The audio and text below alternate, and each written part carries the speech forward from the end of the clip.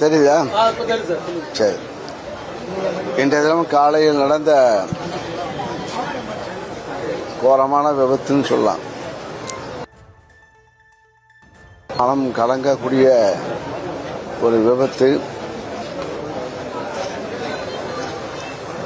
பள்ளி மாணவர்கள் சென்ற வேன் ரயில்வே கேட்டை கடக்கும் பொழுது ஏற்பட்ட விபத்தில் 3 மாணவர்கள் இறந்திருக்கின்றார்கள்.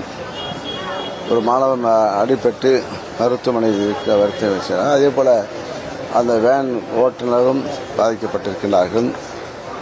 அதை பார்த்து ஓடி வந்த அந்த கிராமத்தை சார்ந்த ஒரு நபர் மின்சாரம் தாக்கி, அதாவது இந்த ரயில் இயங்குகின்ற மின் அது கட்டாயி கீழே வந்து கிடந்து அதன் மூலமாக ஒருவர் காயம்பட்டிருக்கின்றார்கள்.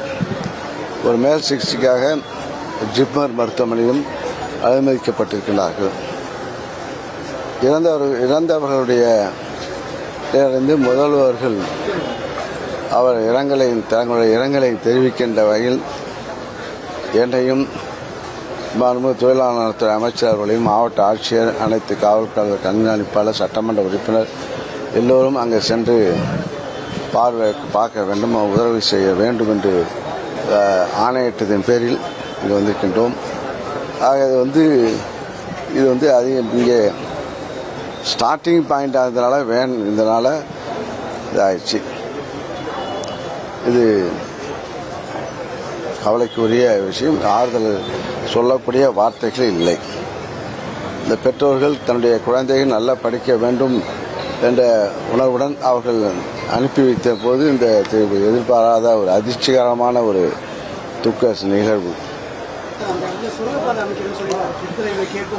அது சம்பந்தமாக மாவட்ட நிர்வாகம் அதுக்குரிய நடவடிக்கை, மாவட்ட காவல்துறை கண்காணிப்பாளர் எப்படி விபத்து, அது ரயில்வே துறை காவல் நிலையம் அதுக்கெல்லாம் கூட்டு நடவடிக்கை எடுத்து அதுக்கு சம்பந்தமாக இது போன்ற நிகழ்வுகள் பிற்காலத்தில் நடக்கக்கூடாது என்ற அடிப்படையில் பணியாற்ற வேண்டும் என்று முதலமைச்சர் அவர்கள் உத்தரவு வழங்கியிருக்கிறார்கள். என்ன ப்ராப்ளம், என்ன பிரச்சனை என்பதை நேரடியாக ஆய்வு செய்து அதுக்குரிய நடவடிக்கை எடுப்ப ரயில்வே நிர்வாகமும் தன்னுடைய இப்போது அவங்களும் அறிவித்திருக்காங்க. இழப்பீடு ஒரு மாணவருக்கு, ஒரு குழந்தைக்கு இழப்பீடாக 5 லட்சம், அதை காயமுற்றவர்களுக்கு, படுகாயமுற்றவர்களுக்கு 1 லட்சம் என்று முதல்வர்கள் அறிவித்திருக்கிறார்கள். அது உடனடியாக அது வழங்கப்பட இருக்கிறது. ஆக இந்த நேரத்தில் இந்த நிகழ்வு எதிர்பார்க்காதது.